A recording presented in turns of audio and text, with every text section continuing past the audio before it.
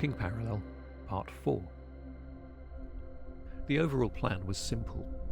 We reoriented our flight path just enough to allow us to swing the scan over the anomaly location, with 3 detectors at 3 different angles every 90 minutes. We rotated the spacecraft through a small angle with every corrected orbit to break any polarization degeneracy. Allowing for deceleration and the establishment of an orbital flight path, it was week 22 before we could bring the full scale of the array to bear on the anomaly. In that time, the ring appeared on an irregular cycle, and it appeared to deepen.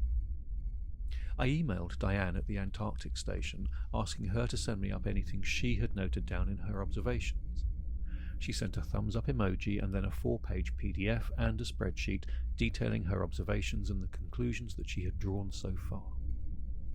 Meanwhile, the folks at the Lunar Array actually published a paper entirely independently of the mission, which got legal on Sol 1 up in arms, but distanced the cranks from the overall purpose of Hawking 3, a useful sideshow that the PR folks spun to make us look like the most rational actor on the stage. The lunar paper was good, though whether the Lunar Observatory team thought the resulting flack was worth the effort remains to be seen. I guess they were angling for funding. On board Hawking 3, Reed and I had time to consider our next steps. With ESA keeping things mostly under wraps, we started to get impatient. The data was clear, and the cyclical reappearance of the anomaly was proof beyond measure as far as we were concerned. One evening, Reed closed the door to the wardroom and sat opposite me at the small table. "You can't sit on this," he said finally. "Even if it's a fluke, more and more people will see it now the Moon Boys have gone public. With every scope and array pointed in our direction, someone's going to crank it up. If it's really what you think it is, then you'll end up being the one who hesitated when the universe spoke. You'll be a footnote. Your old mentor would never forgive you." I remembered standing at the funeral with my coat and the folder. I remembered the rain on the headstone at the old man's funeral, and the writing in the margin. Catch a number instead. "JHEP?" I said. He winced. "Not without ESA approval. The journal's good though, so maybe eventually." "Well, there's always PRL," I said. "Oh, you'll probably be murdered," he said, "which will at least save time." In the end, I sent a surreptitious but dry email to JCAP. We let the data speak for itself, with a request not to publish until we could offer them something more definitive. I slept badly after that for a week, and forgot to check back on ArcSiv. JCAP, of course, ignored my request for caution and published my email and initial data. JCAP had moved faster than I expected, and down on Earth, the big wigs at ESA obviously found out within minutes. The fallout hit mission control on Sol 1 before breakfast that day. All clean headers and cold tones. The director's response had already gone to everyone who mattered, so by the time Reed and I opened it, the temperature of the wardroom had dropped a few degrees. My email and preliminary data were, in spite of my request, out in the open, reanalyzed and dissected. 3 groups had already weighed in before we'd even slept off the last burn, one calling the anomaly a bubble, one calling it a beam, and one, in the most accurate phrasing, a nuisance. The director's reply came first, transmitted on the official type beam, no encryption tags, just fury spelled out in bureaucratic calm. "You were instructed to withhold publication. This breach compromises the project's standing, the funding cycle, and your positions. Expect formal review upon return to Earth orbit." Maria, the chief scientist's personal message, arrived a few minutes later. It was quieter and sharper.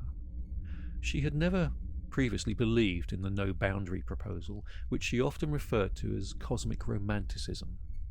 Now she sounded almost amused. "Since you've seen fit to invite the world in," she wrote, "we might as well do this properly. Run a joint fit across all independent datasets, Bayesian weightings, real statistics.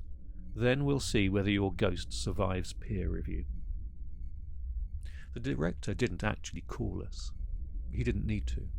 His silence was a kind of pressure humming through every circuit on board Hawking 3. But Maria's note lingered in our minds, less a condemnation, more of a challenge.